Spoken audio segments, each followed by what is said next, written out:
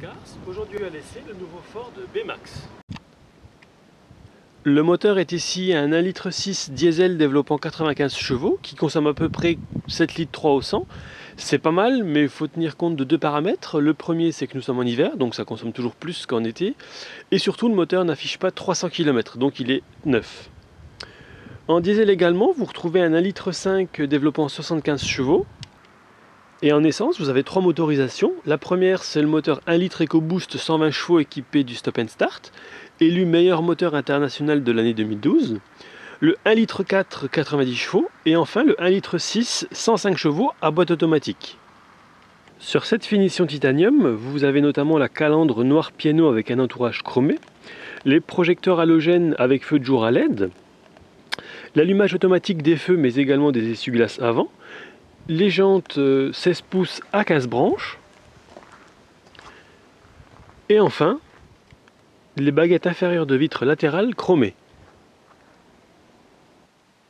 À l'intérieur, vous retrouvez notamment le régulateur de vitesse, un audio pack 6 avec radio CD MP3, 6 haut-parleurs, prise USB et auxiliaire que vous retrouvez ici. Clim automatique, un accoudoir avant et un arrière, un siège conducteur avec réglage lombaire viennent compléter les équipements de série sur cette finition titanium. Mais il y a aussi quelque chose d'assez exclusif et de très pratique, c'est un miroir de surveillance enfant. Quand vous êtes assis, voilà, au volant, vous voyez ce qui se passe derrière. En option sur ce modèle affiché à 19 450 €, vous retrouvez une vraie caméra de recul, un kit main libre Bluetooth, mais aussi un véritable toit panoramique en verre qui transforme la voiture en un puits de lumière. Dans cette configuration, la longueur de chargement maximum est de près de 2,35 m. A noter également que le plancher de chargement est réglable en hauteur. Au volant de ce B-Max, on est très bien installé, mais là n'est pas sa particularité.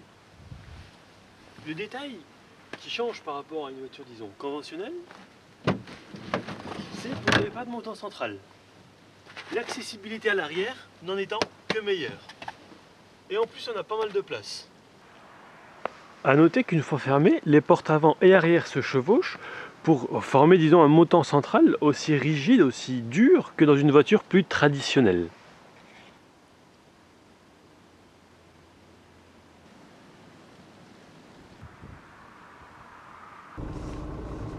Bien que la position de conduite soit surélevée, ce qui est appréciable, vous noterez la très mauvaise visibilité qu'on a ici à cause de ces montants. Par ailleurs, le moteur se montre creux en dessous de 1500 tours minutes. Au-dessus de ça, c'est parfait. Ce nouveau Ford B-Max s'adresse donc aux familles avec des enfants, très pratique pour les installer à l'arrière, ou aux personnes d'un certain âge. Un grand merci à JM Automobile pour le prêt du véhicule.